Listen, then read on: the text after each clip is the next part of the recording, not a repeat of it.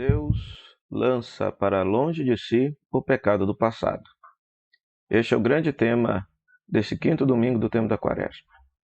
Olá, sou o Padre Fernando José, pároco da paróquia de Nossa Senhora das Mercês, Arquidiocese de Belo Horizonte, mestre em Teologia Bíblica pela FAGE, daqui de Belo Horizonte, Faculdade Jesuíta de Filosofia e Teologia. Seja bem-vindo ao nosso programa Pão da Palavra. A minha saudação a todos aqueles que nos acompanham pelas ondas da Rádio Comunidade FM de Bom Sucesso, pela web rádio Nossa Mãe de Birité e todos aqueles que nos acompanham pelas nossas redes sociais. Ao celebrarmos o quinto domingo do tempo da Quaresma, nós chegamos justamente na reta final da preparação para a celebração da Páscoa. Na próxima semana, nós já estaremos celebrando a Semana Santa. Esta semana que antecede essa quinta semana do tempo da Quaresma, sobretudo aqui na tradição católica mineira, nós celebramos o Centenário das Dores, como forma de nos preparar mais intensamente para esta semana maior da nossa fé, na qual celebraremos o mistério da Páscoa, o mistério da ressurreição de Jesus. Estamos vivenciando o ano litúrgico C, que o ano litúrgico C nos aponta para o mistério da reconciliação. Desde o terceiro domingo do tempo da Quaresma, o Evangelho nos mostra o mistério da reconciliação. Isso apareceu, apenas como forma de recapitular, na parábola daquela figueira que está plantada numa vinha, mas que não dá frutos e que o viticultor tem paciência para com ela, para ver se ela dá frutos. Domingo passado, na experiência daquele filho pródigo que abandonou a casa, mas é acolhido misericordiosamente pelo pai ao voltar. E hoje no Evangelho nós temos justamente a cena preciosíssima, essa cena de João capítulo 8, no qual Jesus salva a vida daquela mulher adúltera. Mas antes de refletirmos sobre esse Evangelho, vamos ver quais são as demais leituras. A primeira leitura é Isaías capítulo 43, versículo 16 a 21. Isaías capítulo 43, versículo 16 a 21. Então é bom que se saiba que nós estamos aqui diante do segundo profeta Isaías. O livro do profeta Isaías é dividido em três partes. Capítulo 1 ao capítulo 39 é o profeta Isaías, que exerceu seu ministério antes do exílio da Babilônia. O segundo Isaías, capítulo 40 a 55, é o segundo profeta. Ele está exilado na Babilônia e consolando, confortando o povo com a certeza que eles um dia voltarão para a terra prometida. E depois, do capítulo 56 até o final, o terceiro profeta Isaías, que já é o profeta que já está de volta na terra prometida, mas agora está estimulando o povo na reconstrução da sua vida religiosa. Então, o texto de hoje faz parte do segundo profeta Isaías, né? E neste texto, o profeta deixa bem claro: eis que farei coisas novas e as darei a meu povo. O profeta anuncia que Deus realizará um novo êxodo para o povo, né? Como antigamente Deus abriu um caminho para o povo que voltava do Egito, assim também vai abrir um caminho para os exilados da Babilônia. Para os exilados da Babilônia, né? Então o profeta suscita a esperança no coração de todos aqueles que estão no cativeiro, que Deus haverá de fazer um novo início, um novo começo, um recomeço na vida deles. Então isso é muito bonito, isso é muito belo. Então, esse texto nos inspira a rezar e a pensar que a celebração da Páscoa que se aproxima quer ser para nós também um novo começo, um recomeço de vida. Se muitos estão levando a sério o seu período quaresmal, o exame de consciência, os atos de penitência que esse tempo nos solicita, devem ter percebido que estão vivendo de modo infiel às suas promessas batismais.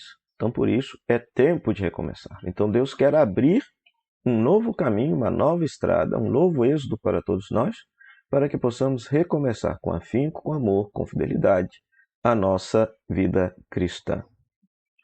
Na segunda leitura, nós temos Filipenses, capítulo 3, versículo 8 a 4. Esse texto, paulino, nos mostra sobre a conversão e nos deixar levar pela força de Cristo. Paulo vai afirmar com veemência: por causa de Cristo eu perdi tudo, tornando-me semelhante a Ele na sua morte. Então a experiência paulina é uma experiência muito interessante, Porque Paulo abandonou muita coisa. Antes, ele, enquanto um fariseu radical da lei, ele acreditava que seria salvo se cumprisse todos os preceitos da lei, todos os preceitos da Torá. Então ele rejeitou essa ideia. Uma vez que ele encontrou Cristo ressuscitado, ele rejeitou essa ideia, essa postura. E agora o que ele recebe? Ele recebe o conhecimento e a experiência do Cristo ressuscitado. Ele percebe que ele será salvo na medida em que se assemelhar a Cristo, morto e ressuscitado. Morto e ressuscitado. Uma das características, sobretudo, mais marcantes da piedade popular no tempo quaresmal é justamente a identificação do povo com o crucificado, né? Haja vista que, por exemplo, Sexta-feira Santa existe uma participação massiva das pessoas, mas muitas vezes não tem a mesma participação por exemplo, numa celebração de Sábado Santo ou de Domingo de Páscoa, porque o povo se identifica com a cruz, por causa das suas dores e sofrimentos. E é interessante que Paulo transforma a cruz em verbo. Ele fala que nós, em Cristo, pelo batismo, somos concrucificados, crucificados com Cristo na cruz. Então é mais ou menos esta a experiência que Paulo faz. Ele abandona um caminho de autojustificação para aceitar que só Cristo pode justificar. E é claro, ele considera que, mesmo tendo esse encontro com Cristo, ele ainda não alcançou a meta. Há muito o que percorrer, há muito o que caminhar. E ele quer se deixar ser arrebatado pela força de Cristo. Nesse sentido, o exemplo de Paulo deve nos fazer pensar. Quantas vezes a gente acha que pronto, a minha vida cristã, eu já alcancei tudo que deveria alcançar. E não é assim. A meta ainda não foi alcançada. Nós temos ainda muito caminho a percorrer até chegarmos à estatura de Cristo. Então, a partir dessa leitura, que a gente possa rezar e pedir a Deus a graça de não querer nos auto-justificar diante de Deus. Nós não somos salvos pelas nossas obras, pelos nossos méritos, somos salvos por Cristo morto e ressuscitado. E que a gente também possa rever a nossa vida cristã e dizer, olha, já fiz muito, mas o que eu ainda fiz é pouco. Ou seja, ainda não alcancei a meta e por isso quero me deixar arrebatar pela graça de Cristo para que eu possa ofertar a minha vida muito mais. Muito mais. Depois, queridos irmãos, queridas irmãs, esse texto de João, capítulo 8, versículo 1 a 11, que é um texto preciosíssimo e um texto que nos faz muito pensar. É o texto da mulher adúltera, João 8, 1, 11, né? A cena é conhecida na cabeça de todos, ou seja, pegam uma mulher em flagrante adultério, colocam diante de Jesus e Jesus salva a vida dessa mulher. Salva a vida dessa mulher, né?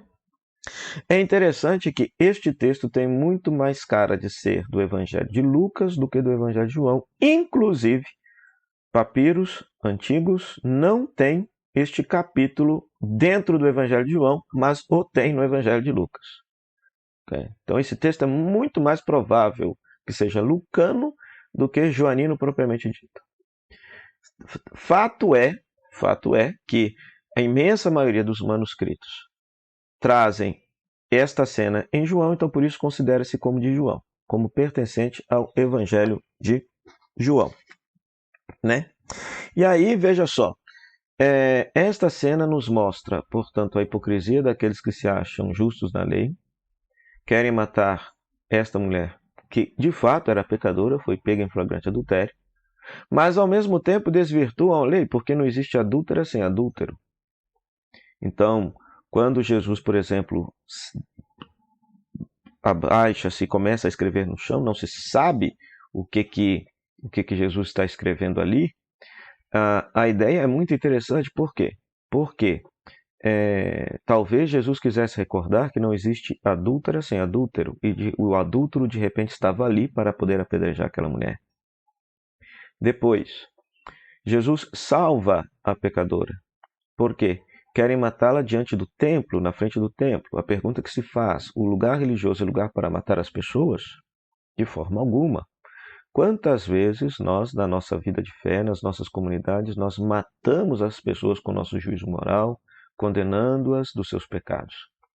Igreja é lugar para salvar. Igreja não é lugar para condenar e tampouco matar a vida das pessoas, né? Então é muito bonito, pertinente esse texto. Por quê? Porque este texto nos mostra a ação e a bondade e misericórdia de Jesus, que se iguala, fica na estatura daquela mulher, salva, protege e após salvá-la, orienta e corrige. Vá e não peques mais. Vá e não faça mais isso. Então, esta mulher que estava sentenciada de morte ao encontrar Jesus, teve a sua vida salva.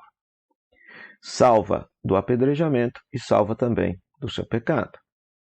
Então é belíssimo isso. Então, este exemplo do Evangelho mostra o que Deus faz conosco.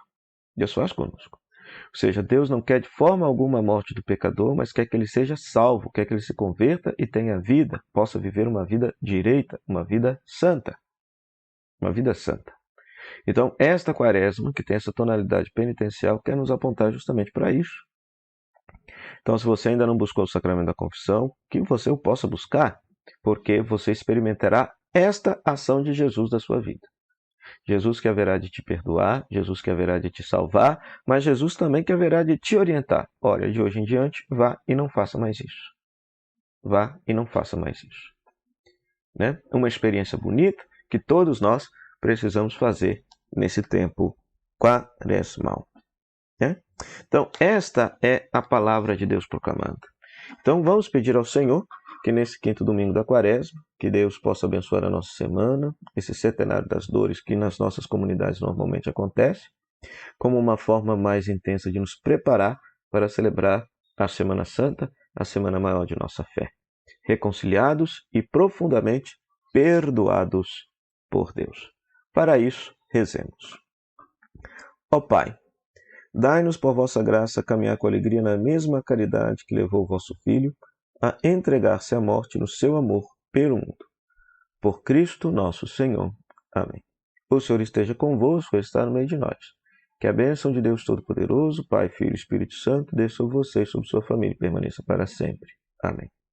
Meu muito obrigado à Rádio Comunidade FM, que nos cede esse espaço para pregar a palavra de Deus, à Web Rádio Nossa Mãe, daqui de Birité, também nossa parceira na evangelização, a você, querido rádio ouvinte internauta, pela sua audiência. Até o próximo programa, o Pão da Palavra, se Deus quiser. Tchau, tchau.